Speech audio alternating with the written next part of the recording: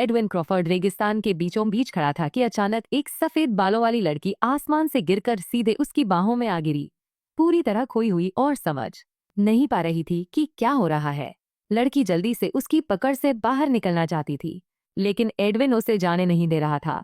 उसने मुश्किल से एक पत्नी ढूंढी थी, और अगर वो भागने की कोशिश करे तो। ये सुनकर लड़की और भी सन्न रह गई और उसे ऐसे घूरने लगी जैसे उसके सिर पर 3 सिर उगाए हों। वो तो बस कुछ सेकंड पहले बस में आराम से बैठी थी। फिर अचानक, कहीं नहीं, अचानक तेज दर्द हुआ और सब कुछ धुंधला हो गया। इधर उधर देखते हुए उसे समझ ही नहीं आ रहा था कि ये रेगिस्तान उसके सामने कैसे आ गया। सबसे पहले उसने सीधा उस लड़के से पूछा, यार तुम कौन हो और मैं यहाँ आखिर कहाँ पहुँच गई हूँ। एडविन मुस्कुराया और खुद का परिचय देते हुए बोला कि वो पूरे वेस्ट का मालिक है। उसका नाम सुनते ही उसके दिमाग में एकदम चमक सी दौड़ी। वो पागल खलनायक जो उसने किसी एडल्ट नॉवल में पढ़ा था, एक संघ की हत्यारा जिसकी एक अलग ही बदनामी थी। लोग उसे ऐसे ही कहते थे। ड्रैगन था और वो अपने सामने आने वाले हर किसी को मार डालता था। खासकर सफेद बाल वालों को पकड़ने और उन्हें सताने का जुनून रखता था। सफेद बाल आमतौर पर बुजुर्गों के होते थे, लेकिन कहानी की मुख्य किरदार लिलियन के बाल सफेद थे, एक श्रापित बीमारी की वजह से। एडविन ने उसे पकड़ लिया था। वो उसे सताता रहा, लेकिन फिर अचानक उससे दिल लग गया और कहानी खत्म हुई कि लिलियन प्रिंस की बाहों में मर गई, वही मुख्य हीरो जिसने उसे बचाया था। इस बीच लड़की घबराई हुई थी। आखिर वो कैसे इस आदमी की बाहों में आ गई। उसी वक्त एडविन ने अपने सैनिकों को आखिरी दुश्मनों को खत्म करने के लिए चिल्लाकर आदेश दिए। उसने एक तरफ नजर डाली तो उसने देखा कि लोग बंधे हुए थे। उनकी लाल लाल जलती हुई आंखें पूरी तरह उससे जुड़ी थीं। वह डर के मारे तुरंत एडविन के कंधे की तरफ मुड़ गई, जिसे देखकर एडविन को लगा कि उसकी दुल्हन का दिल कितना नरम है। लेकिन कुछ किया नहीं जा सकता था, इसलिए उसने बाल से तलवार देने को कहा। एक हाथ में भारी दोहाती तलवार पकड़ते हुए वह दुश्मनों की तरफ बढ़ा।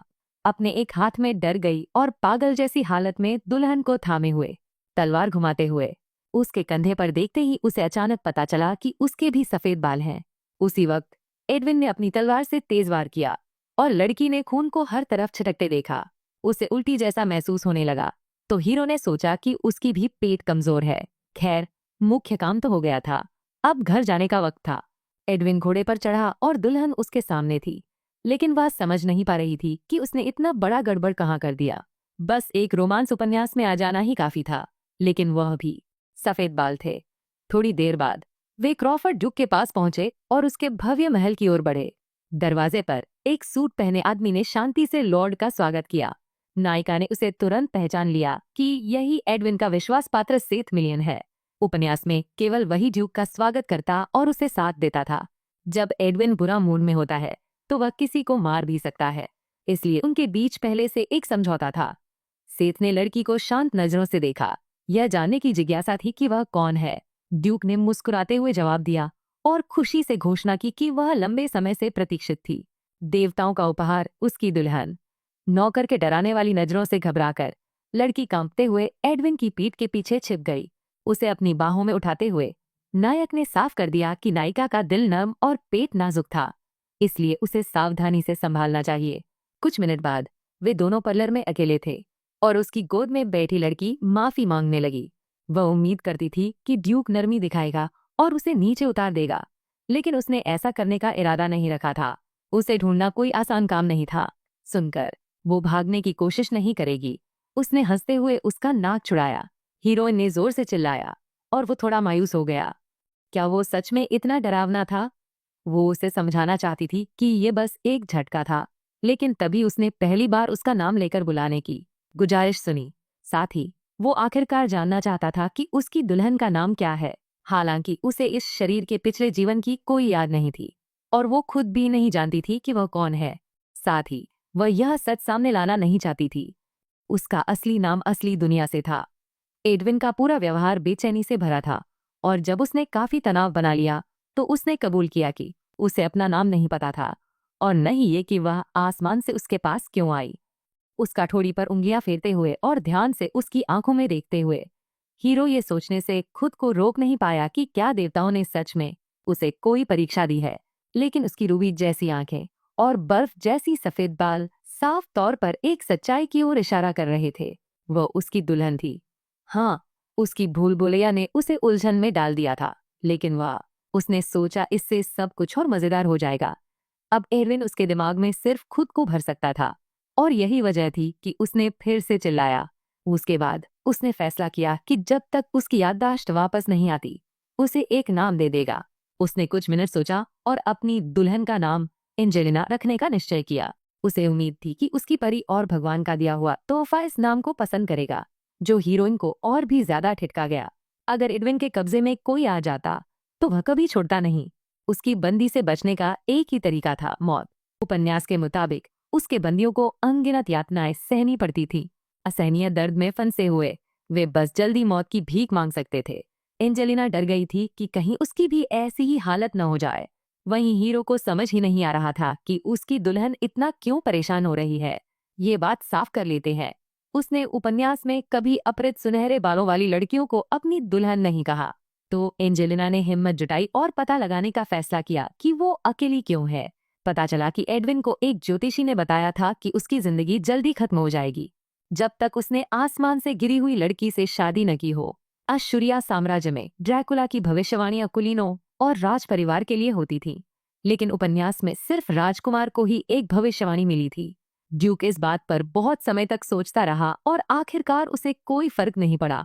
शायद देवता बस उसका मजाक उड़ा रहे थे। तो उसने भी बदला लेने की ठानी और खुद जाकर हर उस पुजारी को मार डाला जिसने वो भविष्यवाणी दी थी। एंजेलिना डर के मारे कांप रही थी, जबकि एडविन याद करता है कि कैसे वह सचमुच आसमान से आकर उस भविष्यवाणी के मुताबिक सही वक्त पर गिरी थी। जब उसे पता चला कि वो जूल परिवार को देखकर एंजेलिना चौंक कर लगभग बेहोश हो गई। उसने फिर से चिल्लाया, यकीन ही नहीं हो रहा था। लेकिन ड्यूक को पता था कि सिर्फ एक ही नस्ल के बाल इतने फिके हो सकते हैं। दूसरा सुराग उसकी आंखें थीं, जो कीमती रत्नों की तरह चमक रही थीं, हर रंग में रोशनी को तोड़ती हुई।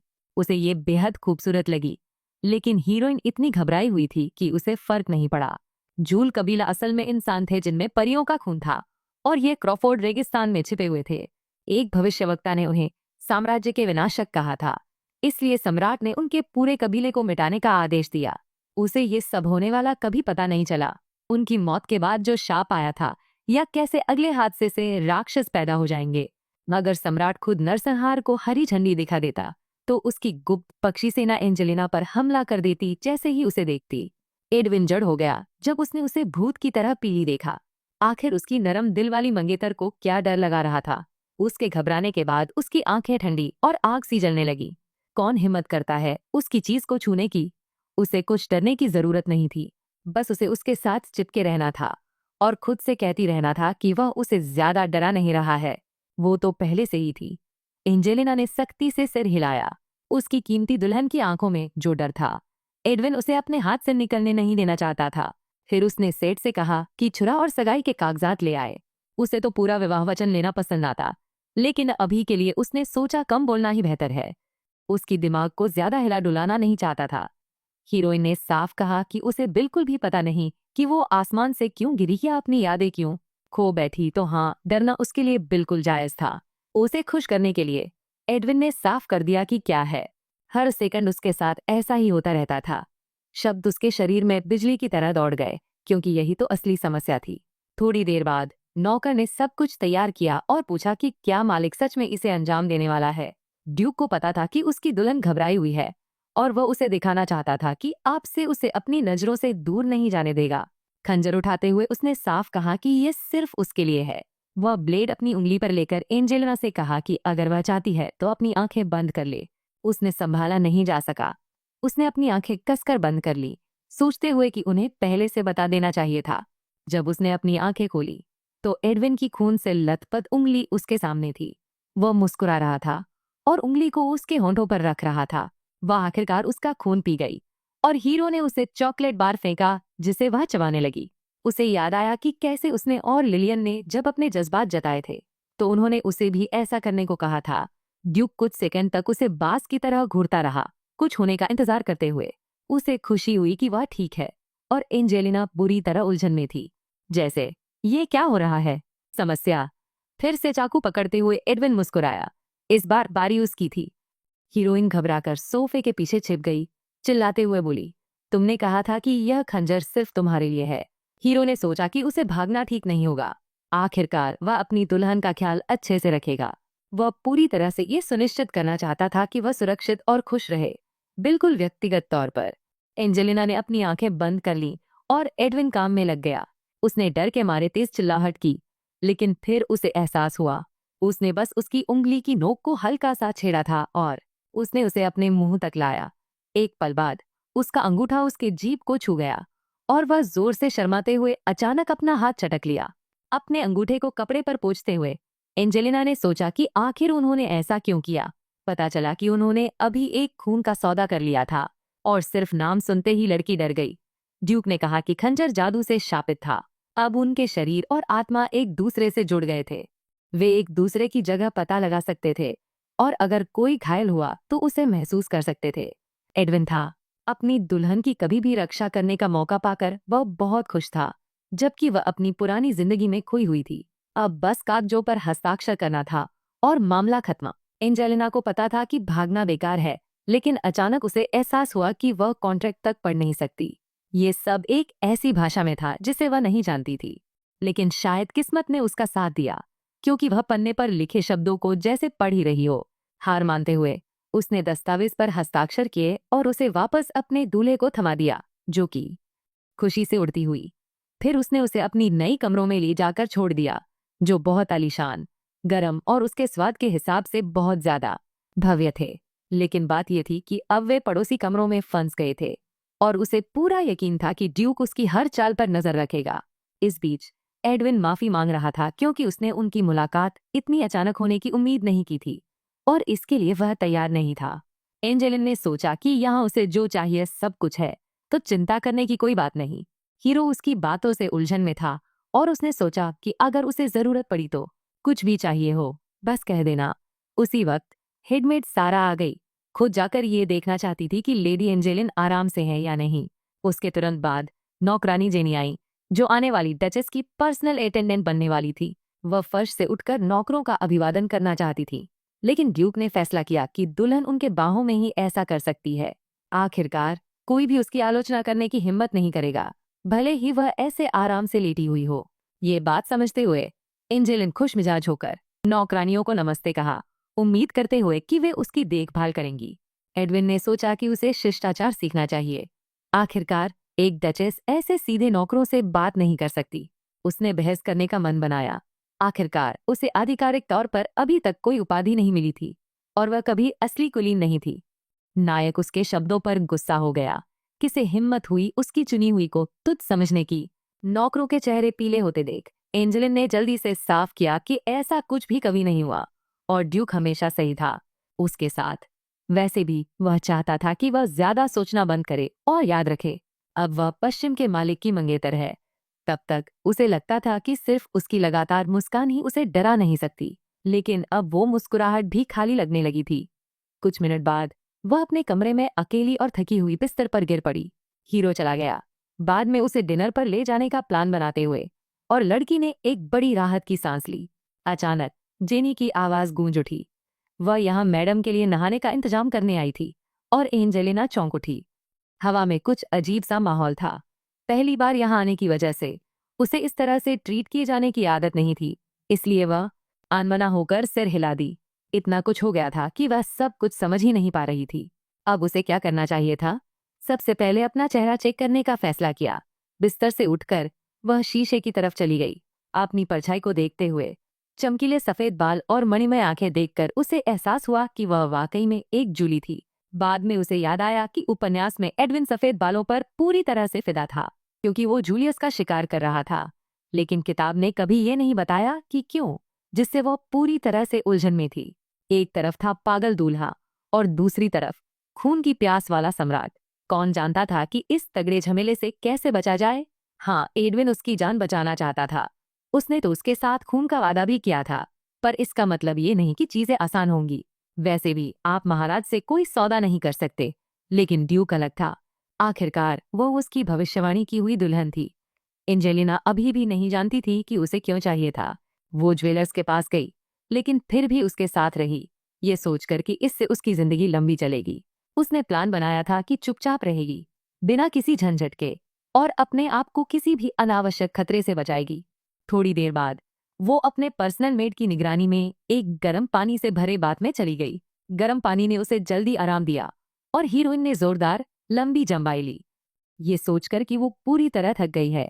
जेनिफर ने पहले पूछा, फिर अपने हाथों की मालिश करने लगी और एंजेलिना ने उस सुखद एहसास में खुद को डुबा लिया। अचानक मेड सोचा कि वो अंगूठी जो उसकी तर्जनी पर थी, उसके साथ वे क्या करेंगे। उसे घूरते हुए उलझन में पड़ गई। नायिका को बिल्कुल पता नहीं था कि ये अंगूठी कहाँ से आई है, या क्या ये इस शरीर के पिछले मालिक की थी भी या नहीं। अचानक उसने अंगूठी के अंदर कोई नसीब दिखा, जिसे पढ़ने की कोशिश की। उसकी हैरानी की बात यह थी कि अक्षर समझ में नहीं आए और जेनिफर को वो भाषा भी पता नहीं थी। अंगूठी खुद ही किसी तरह की डरावनी लग रही थी और उस नसीब ने तो उसकी भयानकता और बढ़ा दी। शायद इस शरीर के पिछले मालिक के साथ कुछ बुरा हुआ था और एंजेलिना समझ नहीं आ रहा था कि वह आकाश से क्यों गिरी थी। कोई ठोस वजह नहीं मिली। वापस कमरे में नायिका बिस्तर पर गिर पड़ी, पूरी तरह थकी हुई। खुद को कंबल में लपेटते हुए उसने सोचा कि अभी बस जिंदा रहना ही सबसे जरूरी है। वो तुरंत बेहोश हो गई, पूरी रात सोई रही और सुबह सूरज की रोशनी अपने चेहरे पर चमकती देख उठी। उसने देखा एडविन बिस्तर के पास बैठा था। उसे पता नहीं था कि उसकी होने वाली दुल्हन इतनी ज्यादा नींद की पक्की होगी। वह डर के मारे चिल्लाई और हीरो ने सोचा, यह एक खुशी से भरी चीख थी। उसे अपने पत्नी के कमरे में पति के प्रवेश करने में कुछ भी अजीब नहीं लगा। हालांकि तकनीकी तौर पर वे अभी शादीशुदा नहीं थे। एंजेलिना को यकीन नहीं हुआ, क्या वह सच में अब हर सुबह आने वाला था। जब उसने जवाब सुना तो वह पूरी तरह हैरान रह गई। एडविन अचानक गंभीर हो गया और पता लगाने का फैसला किया कि कहीं उसे कुछ पसंद नहीं आ रहा। लड़की ने फिर से डर के मारे चीख मारी जब उसे एहसास हुआ कि उसके बाल बिखरे हुए हैं, चेहरा गंदा है और उसकी सांस शायद बदबूदार है। हंसते हुए और उसके सिर पर प्यार से थपथपाते हुए ड्यूक को उसकी दुल्हन बिल्कुल प्यारी लगी। उसे उठाकर वह ठानकर उनके साझा नाश्ते की तरफ बढ़ा। बाद में जब दोनों खाने से लदे मेज पर साथ बैठे तो उसने झुककर पूछा कि वह क्या खाना चाहती है। मेज पर इतने खाने थे कि 10 लोग भी भरपेट खा सकते थे और हीरोइन जानती थी कि वह सब कुछ खाना मुमकिन नहीं था, लेकिन असल में उसे बस अपनी पसंद का ही चुनना था। मेज के दूसरी तरफ खलनायक का होना ही उसे बेचैन कर देता था। खाने की बात तो दूर की बात थी। कुछ मिनटों बाद एडविन था। उसकी आने वाली डचेस ने कितना कम खाया, यह देख वह हैरान रह गया। वह मुस्कुराई और उसे खुद भी समझ नहीं आ रहा था कि वह कैसे उसके पूरे समय उसे घूरते रहने के बावजूद खा पाई। इस बीच ड्यूक ने सेठ से कहा कि वह हेड शेफ को बता दे कि उसे सी फूड, मशरूम सूप और डेजर्ट अच्छे लगे। हीरोइन हैरान रह गई जब पता चला कि उसने एक भी चीज नहीं छुई और बस उसकी थाली को घूरता रहा। जब उसे सुनाई दिया कि उनका खाना खत्म हो गया है तो वह और भी उलझन में पड़ गई। उसने कुछ भी नहीं खाया था। एडविन ठिठक गया। दूसरे फिर अचानक जोर जोर से हंस पड़ा। पूरी बात उसे बहुत मजेदार लगी, लेकिन एंजेलिना नहीं चाहती थी कि वो अकेली ही खा रही हो।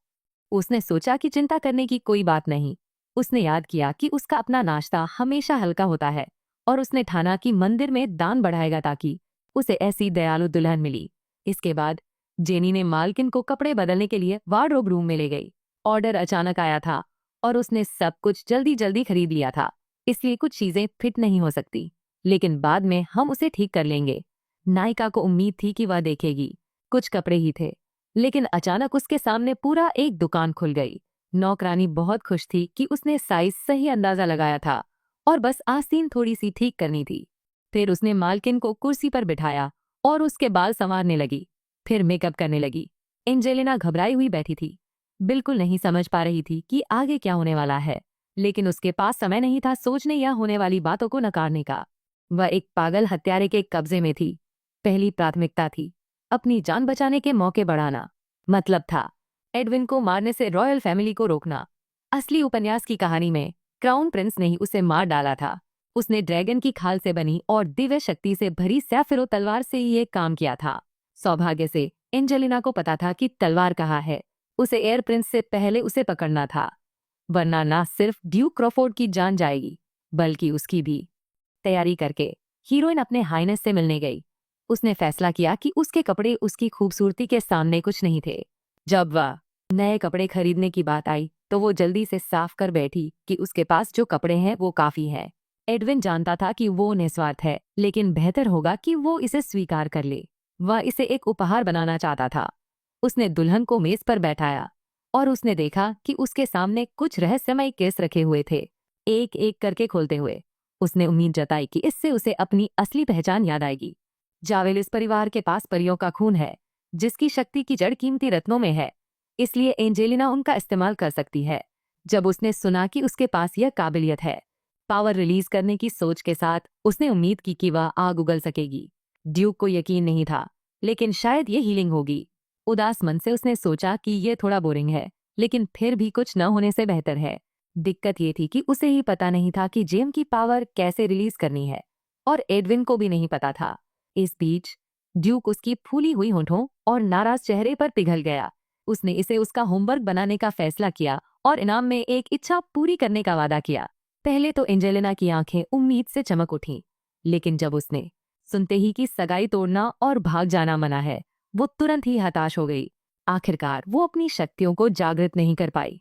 कुछ समय बाद एडविन अचानक उसे रेगिस्तान ले गया। पता चला कि जहां वो पहुंचे थे, वहां कभी ताकतवर जावेवेली परिवार रहा करता था। वह देखना चाहता था कि क्या घर लौटने के बाद उसकी यादें वापस आएंगी। जावेवेली परिवार जहां रहता था, उस जमीन को अम्ब्रियन कहा जाता था, और ड्यूक उनके बारे में बहुत कुछ जानता था क्योंकि उसका परिवार कई पीढ़ियों से वहीं रहा था। सोचते हुए वह नजरें घुमाकर याद करने लगा कि उसने सुना था वो बचपन में अपने पिता से बहुत कुछ सीखा था। एंजेलिना को पता था कि उपन्यास में इसका जिक्र नहीं था, और सब मानते थे कि क्रॉफर्ड का पहला ड्यूक की मौत इंपीरियल परिवार से जुड़ी थी। वो उसी दानव बगावत में मरा था जो महाराज साहब ने गहने बर्बाद होने के बाद भड़का दी थी। हीरोइन को शक था कि वो ऐसे अचानक मर जाएगा, खासकर क्योंकि तब तक वे अम्ब्रिया पहुंच चुके थे। अब ये जगह किसी रेगिस्तान जैसी लग रही थी। लेकिन एडविन ने कहा कि हमेशा ऐसा नहीं था। उसने याद दिलाया कि उन्होंने रत्न जादू का इस्तेमाल किया था। ज्यादातर जादू तो केवल इलाज करने वाला था। लेकिन हीरो के पापा ने कहा कि अम्ब्रिया कभी हरी भरी जंगलों और चमचमाते झीलों से भरा था। एंजेलिना हैरान थी कि पहला ड्यूक यहाँ कभी आया था, लेकिन एडविन ने कहा कि हर परिवार के मुखिया को कम से कम एक बार यहाँ आना पड़ता है। साथ ही वह हैरान था कि उसकी दुल्हन इतनी सारी बातें क्यों पूछ रही थी, लेकिन उसने खुद को शांत रखा, जैसे कि वो बस अपनी यादों को जोड़ने की कोशिश कर रही हो। एक सड़े गले पेड़ की तरफ ले जाते हुए ड्यूक ने साफ किया कि अम्ब्रिया एक अवरोध से घिरी हुई है। बिना इजाजत के कोई अंदर नहीं आता। बाहर वालों के लिए ये जगह वो मौजूद ही नहीं था। बस उनके सामने वाला पेड़ ज्वेलरी का रक्षक था, वही उस बाधा को बनाए रखता था। उसने उसे नीचे रखा और पेड़ की ओर धक्का दिया। उसने हिचकिचाते हुए धीरे से अपना हाथ छाल पर रखा। एंजेलिना को महसूस हुआ कि इस शरीर की आत्मा उस जाति की है जिसके लिए उन्होंने रक्षा का वादा किया था। वो लोग जिनके लिए जिंदा रहना ही लड़ाई थी। सोचते हुए कि वे उसे याद रखेंगे, उसे अचानक पेड़ से एक अजीब सी धड़कन महसूस हुई। उसका हाथ एक ही पल में छाल से जुड़ गया। वह उसे अलग नहीं कर पाई। तेज दर्द उसके पूरे शरीर में फैल गया, जैसे हर एक कोशिका आग की तरह जल रही हो। एडविन डर के मारे जम गया। अपनी दुल्हन को पास खींच लिया, पूरी तरह से हैरान। उसने तुरंत कहा कि वह अपना हाथ पेड़ की तने से हटा ले, लेकिन जवाब में बस कुछ दर्द भरे कराने सुनाई दिए। ये समझ नहीं पा रहा था कि ये पेड़ उसकी चुनी हुई को कैसे नुकसान पहुंचा सकता है। तभी उसने सैनिकों की चिल्लाहट और लड़ाई की आवाजें सुनी। कौन ने उनके दल पर अचानक हमला कर दिया, और नायक जल्दी से लड़की को एक तरफ रखकर दुश्मनों से निपटने लगा। उस वक्त वह कुछ समझ नहीं पाई और सुन रही थी, कुछ भी नहीं। उसका दिल दर्द से फटने वाला था। तभी दुश्मन के एक सैनिक ने उसकी तरफ से चुपके से हमला करने की कोशिश की। एंजेलिना ने उसे आखिरी पल में देख लिया, ठीक उसी वक्त जब तलवार का किनारा उसके सिर की तरफ तना था। उसने अनजाने में जोर से चिल्लाया, एडविन का नाम पुकारा। डर के मारे आंखें बंद कर ली और मौत का सामना करने को तैयार हो गई, लेकिन कुछ नहीं हुआ। जब उसने अपनी आंखें खोली तो दुश्मन का बेजान शरीर उसके पास गिरा था। ड्यूक इस हिम्मत पर बहुत गुस्सा था। कैसे हुआ कि वो सोचता भी था कि जो उसका था उसे छुए। अपनी हीरोइन की तरफ झुकते हुए उसने उम्मीद जताई कि वह ठीक है और काले कौं से जल्दी निपटना चाहता था। मौत के डर से एंजेलिना सब कुछ भूल चुकी थी। अब दर्द वापस आ रहा था और वह होश में बने रहने की कोशिश कर रही थी। एडविन ने साफ कर दिया कि अगर उसने मरने की कोशिश की तो वो उसे दूसरी दुनिया में भी ढूंढ निकालेगा और मौत के लिए भीख मांगवाएगा। इस पागल बात से चौंककर वह हंस पड़ी। अजीब था कि ड्यूक की झप्पी ने उसे तुरंत सुकून दिया और पूरी तरह से सुरक्षित महसूस कराया। सुरक्षित, वह खुद से कह रही थी कि शायद उसका दिमाग खराब हो रहा है। नायिका ने धीरे धीरे अपनी आंखें बंद की और बेहोश हो गई। जब वह आसमान से गिरी, एडविन पूरी तरह हैरान था, लेकिन साथ ही बहुत खुश भी था। एक ही चीज जो उसे परेशान कर रही थी वो था कि टाइमिंग, जगह और दिखावट पूरी तरह ओरेकल की भविष्यवाणी से मेल खा रही थी। ये पता लगाने का एक ही तरीका था कि वह जेविल है या नहीं, और वो था कि उसे अपना खून पिलाना। अगर कोई आम इंसान क्रॉफर्ड का खून पीता तो उसका पूरा शरीर दर्द से मुड़ जाता। इसलिए हीरो ने उसे ध्यान से देखा। बस इतना ही। खून का वचन पूरा होने के बाद उसे पता चला कि उसकी दुल्हन की याददाश्त चली गई है। कीमती रत्नों का कोई असर नहीं हुआ। अपने स्टडी में बैठे नौकरों से घिरे ड्यूक को समझ नहीं आ रहा था कि आगे क्या करना चाहिए। फिर सेठ ने सोचा, क्यों न उसे अम्ब्रिया ले जाया जाए। ठीक उसी वक्त एडविन के दिमाग में एक आइडिया आया। उसने सोचा कि शायद किसी परिचित जगह पर परेशानी का सामना करने से उसकी याद लौट आएगी। फिर उसने कौवों को हमला करने के लिए उकसाया। वे उसकी ताकत या उसकी सेना से मुकाबला नहीं कर सकते थे, इसलिए उसे घबराने की कोई जरूरत नहीं थी। वह पागलों की तरह तैयारी करने लगा, सोचते हुए कि वह कर सकता है। उसकी रक्षा करना चाहता था, लेकिन सब कुछ उल्टा हो गया। लड़ाई के बीच में बारल उसकी तरफ तेजी से दौड़ा, उसे शांत करने की कोशिश करता हुआ। उसने उसकी बात मान ली। हीरो नहीं चाहता था कि एंजेलिना उसे ऐसे देखे। जब उसने पीछे मुड़ा तो उसकी सबसे बड़ी डर सच साबित हुई। वो पेड़ के सामने रेत पर पड़ी थी। वह दौड़ता हुआ उसके पास गया, उसके हाथ पकड़कर उसे उठाया और उसका नाम पुकारते हुए जागने के लिए विनती करने लगा। कम से कम उसे पता था कि वो जिंदा है, क्योंकि रक्तवचन अभी भी सक्रिय था। बुरिल से सुनकर उसे पता चला कि उन्होंने कौवों को निपटा दिया है। एडविन को उम्मीद थी कि कोई भी बचकर नहीं निकला होगा। उसकी दुल्हन तो एक रहस्य ही रहनी थी। महल वापस पहुंचते ही उसने उसे तुरंत डॉक्टर के हवाले कर दिया, सख्ती से मना करते हुए कि कोई भी जानकारी बाहर न फैले। इलाज के बाद हीरो हर वक्त उसके साथ रहा। सेठ सोच रहा था कि क्या उसे आराम करने का ख्याल भी आता है।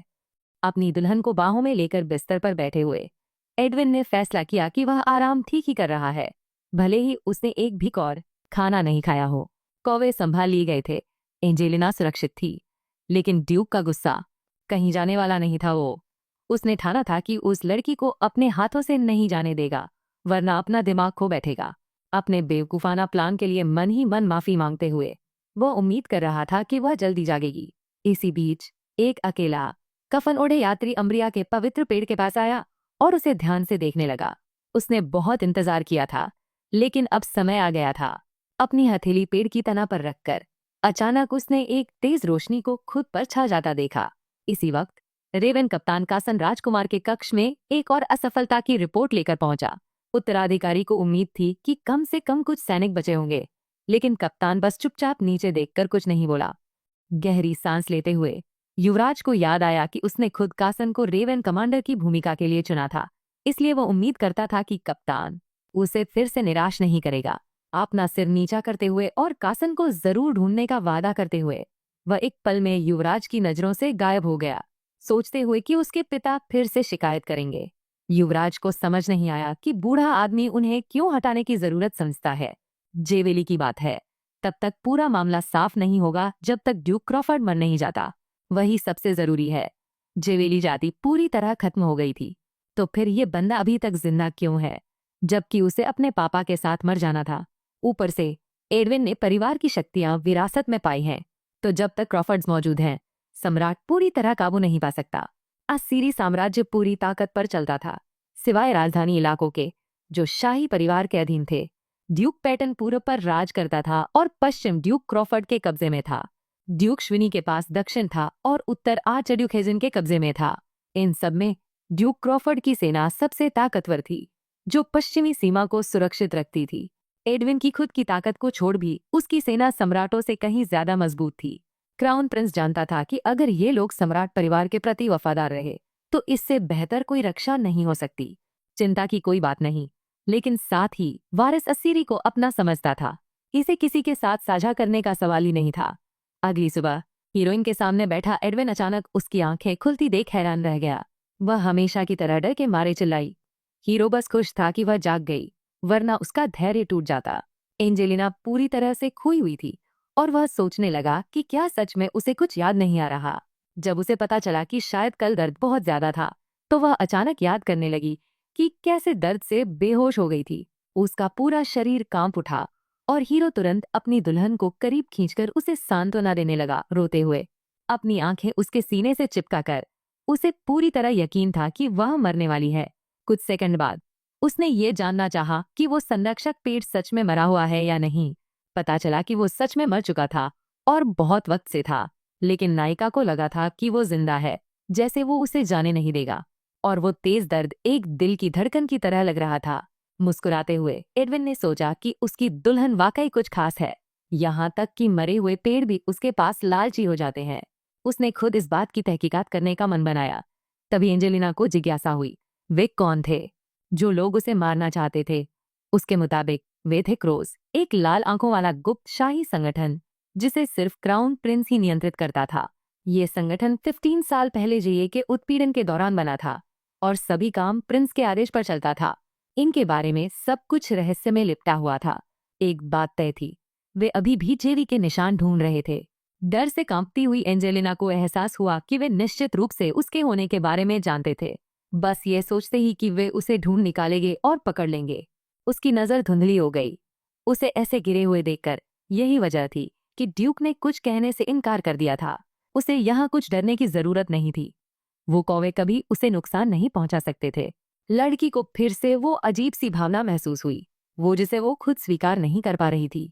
ये बहुत परेशान करने वाली बात थी। जब उसका हाथ हिल भी नहीं पा रहा था, तब भी दर्द असहनीय था और दुश्मन की तलवार सीधे उसके ऊपर तानी हुई थी। उसके दिमाग में बस एक ही बात आ रही थी, एडविन। अपनी आंखें कसकर बंद करके और सिर झुकाकर उसे भय के साथ एहसास हुआ कि उसे पूरा समय बिताना होगा। उस पागल के साथ बस जिंदा रहने के लिए वक्त बिताना पड़ा। दोनों बाहों में उसे पकड़ते हुए ड्यूक ने सोचा कि उसकी दुल्हन ने बहुत ज्यादा बोझ उठा लिया है। बाद में हीरोइन ने उन कीमती पत्थरों की ताकत को खोलने का तरीका सोचने लगी। उसने गहरी सांस भरी, जानती थी कि उसे ये जल्दी से जल्दी करना होगा, लेकिन अब तक कोई प्रगति नहीं हुई थी। जेनी ने देखा कि उसकी मालकिन हाल ही में बहुत सांसें ले रही है और उसने तय किया कि ऐसे नहीं चल सकता। इसलिए उसने भावी डचेस को बगीचे में थोड़ी सैर पर ले जाने का फैसला किया। वे एक मंडप पर पहुंचे जो एक शानदार नजारे पर था। खिलते हुए गेंदा के फूलों का एक ऐसा शानदार मैदान था कि देखने में मन मोह लेने वाला था। अपनी मालकिन के लिए कुछ अच्छा पीने को बनाने की सोचते हुए नौकरानी ने पूछा कि क्या उन्हें कोई पसंदीदा चाय या मिठाई है। जब वह चली गई तो एंजेलिना कुछ फूल तोड़ना चाहती थी, लेकिन बागवान अचानक उनके लिए फूलों का एक पूरा टोकरी लेकर आ गया। ट्रे लेकर वापस आई जेनी इतने सारे फूल देखकर सच में दंग रह गई। उसने सोचा कि इन्हें छांट कर रख दे ताकि उसकी मालकिन ताजी हवा में चाय का आनंद ले सके। उसने उस पर थोड़ी व्हिप्ड क्रीम लगाई, एक कौर लिया और उसे शुद्ध आनंद महसूस हुआ। शांति का माहौल तब टूट गया जब ड्यूक की आवाज गूंजी, जो आखिरकार अपनी दुल्हन को पाकर खुश था। उसका खुशमिजाज चेहरा देखकर उसकी जिज्ञासा बढ़ गई। उसे ये जाना था कि जब वह नहीं था तो उसे इतनी खुशी किसने दी। जब वो उसके साथ होती उसने कभी इतना प्रेरित नहीं दिखा था और ये उसे अंदर से तोड़ रहा था। उसने देखा कि उसके प्लेट में रखे टार्ट्स टेढ़े मेढ़े थे और वह फट पड़ा। ये कौन था जिसने मेरी दुल्हन को ऐसा कचरा परोसना सही समझा? जेनी ठिठक गई। उसका चेहरा सफेद पड़ गया और वह ऊपर देखने की हिम्मत नहीं कर पाई। उसने जल्दी से समझाया, ये टार्ट्स ऐसे ही दिखने वाले हैं। सच में। उसने एक पर क्रीम और स्ट्रॉबेरी जैम लगाकर उसे उसके हाथ में दे दिया। ये तो कमाल है, उसने कहा। एडविन ने धीरे धीरे उसे उसके हाथ से काटा और उसकी आंखें मिल गईं। उसे यकीन था कि ऐसा खराब नहीं हो सकता। एडविन जोर से हंस पड़ा, सिर पकड़ते हुए। एंजेलिना का दिल धक से रह गया। क्या टार्ट्स में जहर था? उसने उसकी नाक चुटकी। तुम तो क्यूट हो, उसने हैरानी से कहा। उसकी नजर ने उसे घबराया हुआ कर दिया। पास में रखे फूलों के टोकरे को देखकर उसे समझ आया कि उसे ये पसंद है। उन्होंने कहा कि वो सारे पौधे पूरे बगीचे में लगा देगा। एंजेलिना को इसकी कोई जरूरत नहीं लगी। उसे तो सारी फूल पसंद थे। उनके बीच एक अजीब सी खामोशी छा गई। उसने सोचा शायद वो मूड हल्का करने के लिए फूलों का ताज बनाना चाहता है। वो उत्साह से भरा हुआ टोकरी उसे दे दिया। अब मेरे लिए एक बना दो। उसकी आवाज में कोई बहस की गुंजाइश नहीं थी। उसने उम्मीद नहीं की थी कि वो हाँ कहेगा, इसलिए उसने एक के बाद एक ताज बनाना शुरू कर दिया, पूरी मेहनत से, ताकि वे सही बने और उसकी नाराजगी से बचा जा सके। उसने करीब 10 गहनों को देखकर पता नहीं था कि वह उसे कौन सा देना चाहती है। जब उसने सुना कि वो सारे उसके लिए हैं तो उसकी खुशी का ठिकाना नहीं रहा और उसने साफ कहा कि वो अपनी मंगेतर से कोई भी लेगा। एक टोपी सिर पर रखते हुए एडविन ने सोचा कि ये उसे अच्छा लगेगा। एंजेलिन को अब तक पता ही नहीं था कि उसका चेहरा कितना सुंदर है। ऐसा नहीं कि वह इसे देखने से डरती थी, जब उसने सिर पर घूंघट रखा तो हीरो ने सोचा कि ये बहुत बढ़िया लग रहा है। इस गर्माहट भरे आरामदायक माहौल में लग रहा था जैसे कल की घटना एक कोई बुरा सपना हो। ड्यूक को जिज्ञासा थी कि वह क्या कर रही है। सोचते हुए लड़की ने उनकी मिलती जुलती छड़ियों पर नाटक करते हुए हैरानी जताई। मुस्कुराते हुए एडविन ने फैसला किया कि उसे मैचिंग जेवर पहनना पसंद है। चाय के बाद उसने उसे अपनी बाहों में उठाकर महल वापस ले गया। बगीचे की रास्ते पर चलते हुए नजारे का आनंद लेते हुए नायिका सोच रही थी कि वो कब फिर से खुद चल पाएगी। अचानक उसने आगे एक अजीब सा टावर देखा और सोचा कि वो क्या हो सकता है। ड्यूक, जो कुछ ही पल पहले मुस्कुरा रहा था, उस तरफ देखने के बाद अचानक गंभीर हो गया। बहुत ही अजीब लग रहा था। उसकी गंभीरता ने उसे चौंका दिया। देखो, एंजेलिन ने सोचा शायद उसे ये सवाल नहीं पूछना चाहिए था। एडविन को अपनी बात दोहराना बिल्कुल पसंद नहीं था, इसलिए उसने उम्मीद की थी कि अब वह ध्यान से सुनेगी। जब उसने सुना कि वो जगह इतनी डरावनी है कि उसे वहां जाने की इजाजत नहीं है, तो हीरोइन ने सोचा कि शायद वो कोई यातना कक्ष होगा। जब उसने हाँ कह दी तो हीरो मुस्कुराया और सोचा कि उसे सिर्फ अच्छे ही मिलने चाहिए। बाद में वो अपने ऑफिस वापस गया, जहां बटलर और बैरल पहले से ही इंतजार कर रहे थे। मालिक के सिर पर जो क्रिसैंथमम की माला थी देखकर सेठ की जबान लगभग अटक गई। मंजिल पर पहुंचकर एडविन खुशी से झूम उठा। वह अपनी मंगेतर से मिली शानदार उपहार दिखाने के लिए बेताब था। बटलर को लगा कि वह काफी हुनरमंद है, जबकि हीरो उस बात को याद कर खुश था कि उसने ये सब अपने नन्हे हाथों से कैसे बनाया था। अब समय था गंभीर होने का। ड्यूक उस शूरवीर और सेवक की चेतावनी को लेकर जिज्ञासु था। बाल ने जल्दी से साफ किया कि उन्होंने सारी जरूरी तैयारियां कर ली हैं ताकि कोई समस्या न हो। मालिक को चिंता करने की कोई जरूरत नहीं। सेठ ने तय किया कि वह जांच करेगा। क्या सच में उस महिला को सब कुछ याद नहीं आ रहा था? दुर्भाग्यवश ऐसा ही था, और किसी के पास इसे ठीक करने का कोई आइडिया नहीं था। वो 18 साल की लगती थी। मतलब जब ज्वेलरी की खोज हो रही थी तब वो सिर्फ 3 साल की थी। लेकिन सम्राट के मुताबिक अम्ब में कोई भी बचा नहीं था। बटलर ने सोचा कि शायद शार्क के जरिए उसकी जानकारी मिल जाए। ड्यूक को इस योजना की सफलता पर शक था। वो 15 साल से अपनी सूरत तक नहीं दिखाए थे क्योंकि रेवेंस की वजह से। जहां तक क्राउन प्रिंस के सैनिकों का सवाल था, वो अभी भी रेगिस्तान में कब्र चोरों के साथ खोजबीन कर रहे थे। बाल सोच रहा था कि शायद वो कुछ ढूंढ रहे हैं। बचे हुए लोग थे, लेकिन एडविन को पक्का यकीन था कि अगर कोई बच भी गया होगा तो वो कभी वहां वापस नहीं जाएगा। तभी नौकर ने याद दिलाया कि रखवाला पेड़ उसी रेगिस्तान में था। कब्र लुटेरों का अचानक आना बिल्कुल अनपेक्षित था, और हीरो ने पता लगाया कि प्रिंस ह्यू अभी भी इस मामले की जांच कर रहे हैं। खिड़की से सोचते हुए देखते हुए उसे समझ नहीं आ रहा था कि राजकुमार क्या सोच रहा है। अगले दिन सिंहासन के वारिस बैठक के लिए पार्लर की ओर बढ़े, जहां एक खास मेहमान का इंतजार था। ड्यूक श्वेनी ने झुककर अभिवादन किया, सम्मानपूर्वक कहा और बताया कि उसने हाल ही में राजकुमार की बढ़ती लोकप्रियता के बारे में कितना सुना है। वह सोच रहा था कि ताज के वारिस कितनी देर तक हर लड़की का दिल चुराता रहेगा। वारिस को महसूस हुआ कि उसे अब साथी खोजनी चाहिए। आखिरकार यह एक भविष्य के सम्राट की तकदीर थी, और वैसे भी यह उसके पूरे जीवन का फैसला था, इसलिए वह इसे सोच समझ कर लेना चाहता था। मुलाकात के बाद ड्यूक शेवेनी अपने हवेली लौट आए, जहां बटलर ने उनका सम्मान के साथ स्वागत किया। वारिस से मुलाकात बिल्कुल उसकी उम्मीद के मुताबिक नहीं हुई, लेकिन कुल मिलाकर बुरा भी नहीं था। उसने अपने तोहफे से राजकुमार को चौंका दिया, एक अत्याधुनिक वैज्ञानिक घड़ी। क्राउन प्रिंस उस आलीशान डिजाइन और दिलचस्प फंक्शन से काफी प्रभावित हुआ, जो साम्राज्य के सबसे बड़े कारीगर ने बनाई थी। अचानक वारिस ने उस आदमी की घड़ी पर सबसे बेहतरीन रत्न देखे, जो साफ तौर पर पेटन ड्यूक से थे।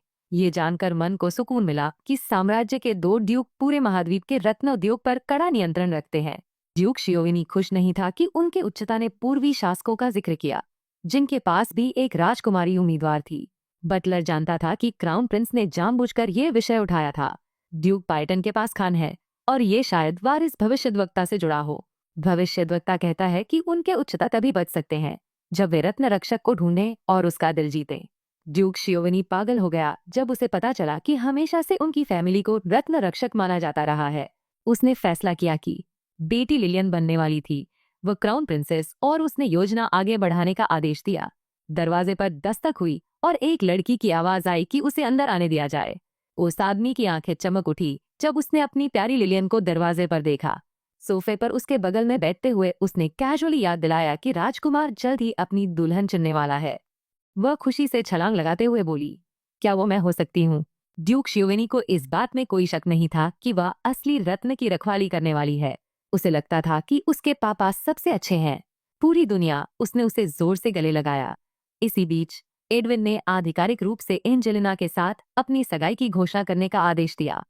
सेठ इस बात से सहमत नहीं था।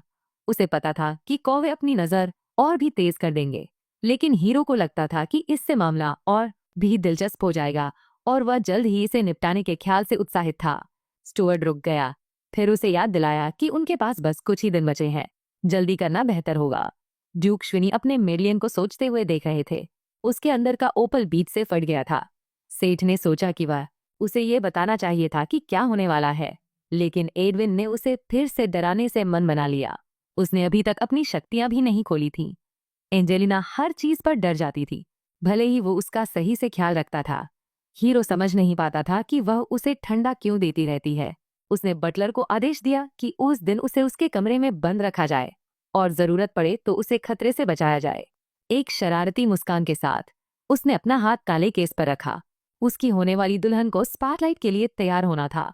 बाद में जब राजकुमार को पता चला कि ड्यूक क्रॉफर्ड ने सगाई कर ली है, तो वह हैरान रह गया। उसे समझ ही नहीं आया कि क्या उसने किसी को जबरन उठा लिया या किसी परिवार पर दबाव डाला था। दुल्हन के बारे में डायन द बटलर ने बस उसका नाम ही पता किया था। रिपोर्ट पढ़ते हुए वारिस ने उस लड़की का नाम कभी सुना तक नहीं था। उसका बटलर नोबल लिस्ट से चेक किया। उस नाम का कोई भी कुलीन नहीं था। ये अच्छी बात थी। सब जानते थे कि सम्राट और क्रॉफर्ड्स के बीच खटपट चल रही है। अगर कोई कुलीन इस शादी के लिए मान जाता तो बात बड़ी होती। यह सीधे ही राजपरिवार को चुनौती देने जैसा था। लेकिन अगर उसकी दुल्हन कोई आम लड़की भी थी तो इतनी जल्दी क्यों? जब रॉयल झगड़े के बीच लड़की चुननी हो तो किसी प्रभावशाली लड़की को क्यों नहीं चुना? डायलन ने सोचा शायद ड्यूक बस एक वारिस चाहता था। उसे साफ था कि उसे अपनी दुल्हन की जात पात से कोई फर्क नहीं पड़ता। उनकी फैमिली कई पीढ़ियों से आपस में शादी करती रही थी। इसी वजह से ज्यादातर शाही लोग उनसे दूर ही रहते थे। तभी स्टुअर्ट को अचानक लगा कि हीरो के शरीर में कुछ तो गड़बड़ है, और फिर उसे असली बात समझ आई। बिजली की तरह तेज। जब से आभूषण गायब हुए हैं, ड्यूक की पागलपन दिन ब दिन बढ़ती जा रही है। क्या वो पहले ही अपनी हद पार कर चुका है? शायद इसलिए ही वारिस को अचानक इतना जल्दी उत्तराधिकारी की जरूरत पड़ी। फिर भी राजकुमार के मन में एक अजीब सा एहसास था कि शायद उन्होंने कोई जरूरी बात छुटाई है। सम्राट के मुताबिक क्रॉफर्ड परिवार में एक शाप है जिसका असर वारिस पर भी होगा। इसलिए राजकुमार ने डिलन को केस की गहराई से जांच करने और कोई भी अहम जानकारी तुरंत देने का आदेश दिया। फौरन जब उसने जाना कि शोवेनी के ड्यूक पहले ही काम पर हैं, तो वारिस प्रभावित हुआ और जल्दी ही उनकी बेटी से मिलने का फैसला किया। बाद में अपने कमरे में अकेला उसने अपने वफादार कैसान को बुलाया। ड्यूक क्रॉफर्ड में कुछ गड़बड़ होने का शक था, इसलिए उसने योद्धा से नायक और दुल्हन की सेहत जांचने को कहा। कैसान तुरंत आदेशों का पालन करने निकला और राजकुमार ने कसम खाई कि वे कोई कसर नहीं छोड़ेंगे। क्रॉफर्ड एक निर्दयी राक्षस था। अगर वे थोड़ी भी गलती करते तो वह उनका गला दबा देता, पल भर में। लेकिन इस बार हवा में एक ठोस इरादा था। आखिर में खड़ा वही होगा। अगली सुबह एंजेलिना अपने बिस्तर पर गहरी नींद में थी, बिना किसी सपने के। जब वह जागी और ड्यूक के अचानक आने पर चिल्लाई नहीं, तो उसने सुना कि अब संपत्ति छोड़ने का वक्त आ गया है। भले ही कौवे उसका पीछा कर रहे थे, एडविन ने कहा कि वह उसके साथ पूरी तरह सुरक्षित रहेगी। वह जानती थी कि वह उसकी रक्षा करेगा। लेकिन अगर किसी को पता चल गया कि वह जलती है, क्या इससे कोई मुसीबत नहीं होगी? एक ठंडी मुस्कान के साथ हीरो ने तय किया कि ये बात किसी को पता नहीं चलेगी। उसे पता था कि इस दुनिया में जादुई हेयर डाई होती है, लेकिन वो सिर्फ कुछ घंटों तक टिकती है और बाल बिल्कुल उलझे हुए दिखते हैं। ये बहुत ही शक का विषय था। ड्यूक अगर उसका मतलब था, तो एंजेलिना इसे समझ ही नहीं पा रही थी। क्या उसे सच में लगता था कि ये चाल काम करेगी? बाद में वो उसके ऑफिस पहुंची और एडविन ने शालीनता से उसे काउच पर उसके बगल में बैठने को कहा। जब उसने देखा कि वह अपनी मेज से एक शानदार बोतल लेकर आया है, तब उसे समझ आया कि वह असल में वो इसे सच में करने वाला था।